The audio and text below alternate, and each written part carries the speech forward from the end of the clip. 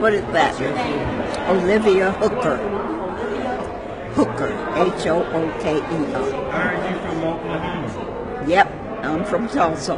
You're an original survivor. That's right. Tell me a little bit about this story. Yes, you do. Wait, before you do, Well, I'm 77. well, I'm 95, and I was 6 years old at the time of the disaster. I refuse to call it a riot because it was really, whites decided to burn down the homes of 10,000 people. So that was not a riot. It was planned desecration. And so we were just small children. And my family had not told me about prejudice and hate and things like that. I thought everything in the preamble to the Constitution referred to me. I didn't find out until this terrible night that they... This was a very prosperous community? Yes, and they used to call it Black Wall Street. But it wasn't Wall Street, but, it was a prosperous community. But it was all 10,000 people, counting all the children and grown-ups who were made homeless by this riot, so what they called a riot. And it was 80 years before the state of Oklahoma actually had a commission to study it and remove the blame from us as victims and put the blame where it belonged on the Ku Klux. What year was this? 1921. And my sisters and brothers knew about prejudice and things, but at that time I thought everything that we were taught at school actually existed. And so it was more devastating for me because it was such a shock. And when the mobs came in, they had those pine, knots all lighted up, and they set things on fire. And my mother refused to run because she was busy putting water on the house to try to keep it from burning. And so she put the children under the big oak table. They had those great big tables in those days with little nooks under them. So we were under the table when the mobs came in, and my mother had said, well, we have to eat no matter what, so she was cooking. And that is true. They got so angry that she had what she called her three-cornered pots on the stove, and she had something different in each pot. So they took those out and threw them in the backyard. Then they came back and took the beautiful brown biscuits out of the oven and took them out and smashed them in the mud. You see, we're under the table looking at all this, and so it was very devastating for me because I hadn't known about those things.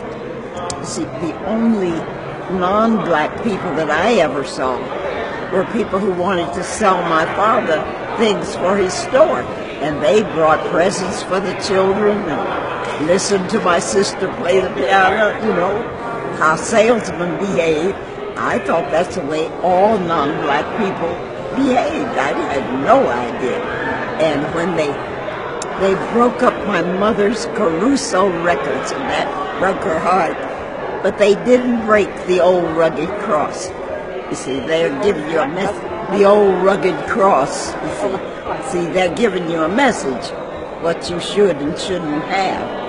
And they took the hatchets and chopped my sister's piano, but they didn't know that it's the sounding board in the piano that is important.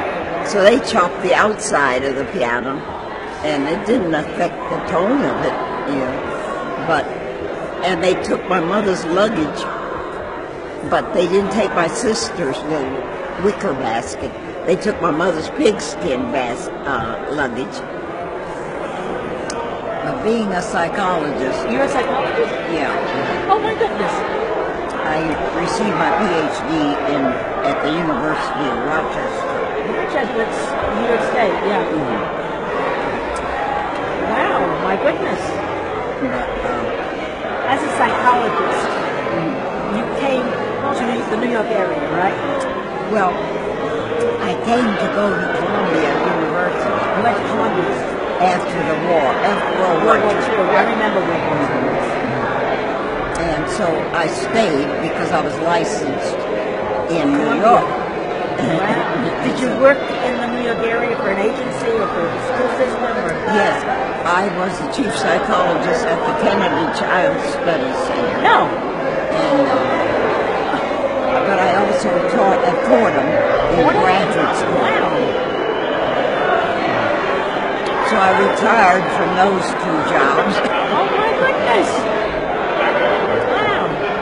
That's very impressive. I have psychologists in my family, but Fordham and the Kennedy Study Center is very well known. It's prestigious.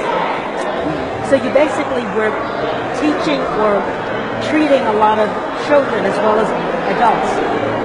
Yes, I was teaching. We were training school psychologists. You were training school psychologists. Wow. He wants to know your experience in the Coast Guard. That was 41 to 45, right? Yeah, well, I went in. I didn't go in till 45 You went in at 45. because they weren't taking black women Oh, wow. in the Navy. See, the Coast Guard's part of the Navy during war, Was it? and so they were not taking blacks.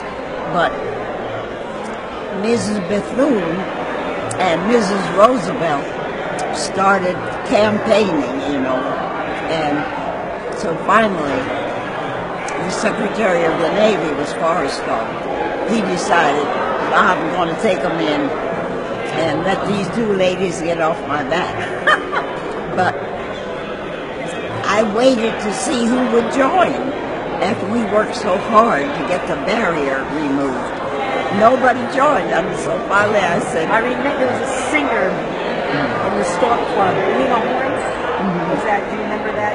That was also that. yeah. Well, I decided, well, maybe if I join and if I live, some others will come, But there were eventually only 5 black girls joined. That was the Spars. They called it Yeah, the Spars. My sister wanted to join, but I guess didn't. That was very gutsy. I mean, that's.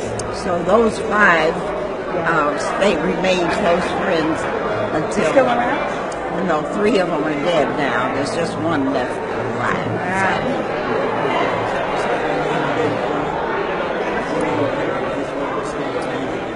Say your name. It's Olivia. Olivia J. Hooker, Hooker.